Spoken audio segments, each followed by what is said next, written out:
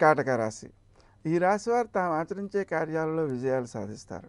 కానీ మాట్లాడే తీరులో కొంత తేడా రావడం వలన ఎదుటివాళ్ళు అపార్థం చేసుకునే అవకాశాలు పెరిగినందువలన వ్యక్తులు దూరం కావడం వలన అన్ని పనులు మనం చేయాల్సినటువంటి పరిస్థితులు అలసట ఎక్కువగా అయిపోతుండడం జరుగుతుంటుంది. అందువలన తక్కువగా మాట్లాడడం, ఎదుటి వ్యక్తులకు కష్టం కలగకుండా మాట్లాడడం, చిన్న పని చేసినా కూడా కొంచెం ప్రోత్సహించేలాగా వారితో వ్యవహరించడం వలన మీ శ్రమను తగ్గించుకునే అవకాశం ఉంది. సజ్జన సహకారం బాగుంటుంది, కానీ వాళ్ళు చేసేటువంటి సహకారం మీరు ఆశించిన స్థాయిలో ఉండదు. అందువలన సహకారం రావట్లేదనే భావాన్ని పొందుతారు. దానివలన ఆ వ్యక్తులు దూరం అయ్యే ప్రమాదం ఉంది. అందువలన వారి నుంచి ఏ కొంచెం సాయం వచ్చినా అది దైవ ప్రసాదంగానే భావన చేస్తూ కొత్త ప్రయత్నాలు చేయడం అత్యవసరం.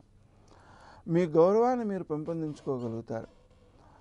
స్నేహ సంబంధాలు అనుకూలమైన ఫలితాలను అందజేస్తూ ఉంటాయి. అలాగే మీ యొక్క ఆరోగ్య విషయంలో కొంత జాగరూకతతో మెలగాల్సిన అవసరం ఉంది. ముఖ్యంగా ప్రతి శనివారము 1 కేజీ నల్ల నువ్వులతో శివునికి పూజ చేయడం అత్యవసరం. ఆరోగ్యపరంగా మీరు చేసేటువంటి ప్రయత్నాలు సత్ఫలితాలను ఇచ్చేవిగా ఉంటాయి. ముఖ్యంగా వ్యాయామము, ప్రాణాయామము అధికమైన ఫలితాలను అందజేస్తాయి. అదే రీతిలో మీరు ఇతరులకు సహాయం చేయడం అనేటువంటి నిమిత్తమై కూడా ప్రవర్తించాల్సిన అవసరం ఉంది. ఆ సహాయం చేసేటప్పుడు భౌతికంగా చేసే సహాయం కంటే మానసికంగా చేసే సహాయం గొప్పది. ఆ విధంగా మానసికంగా వారికి మేలు కలగాలి అనేటువంటి ప్రయత్నం చేసిన కొద్దీ మీ అనుభవాలు, జ్ఞానాలు పెరుగుతాయి. ఆరోగ్య విషయంలో కొంత ఎక్కువ శ్రద్ధ చూపించాల్సిన అవసరం ఉంది.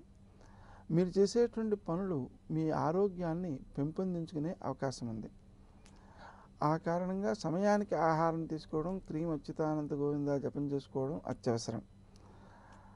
ప్రతిరోజు కూడా మీరు చేసేటువంటి కార్యక్రమాలలో కాస్త నూకలు చీమలకు వేయడం, పక్షులకు గింజలు వేయడం మొదలైన కార్యక్రమాలను చేపట్టడం అవసరం.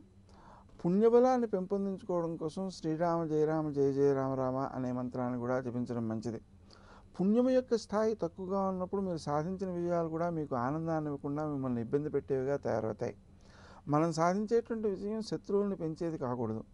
శత్రువుల నుంచి కూడా మీకు ప్రోత్సాహం లభించేలా ఉండాలి. ఆ రకమైన అవకాశాలు లేని చోట ముఖ్యమైన కార్యక్రమాలను వాయిదా వేయకుండా తక్కిన పనులను కొంత వాయిదా వేస్తూ వీలైనంత తక్కువ కార్యక్రమాలనే చేపట్టడము, పుణ్యాన్ని పెంచుకోవడం కోసం జపాలను ఎక్కువగా చేస్తూ ఉండడం మొదలైన చర్యల ద్వారా మీరు దోషాలని అధిగమించగలుగుతారు.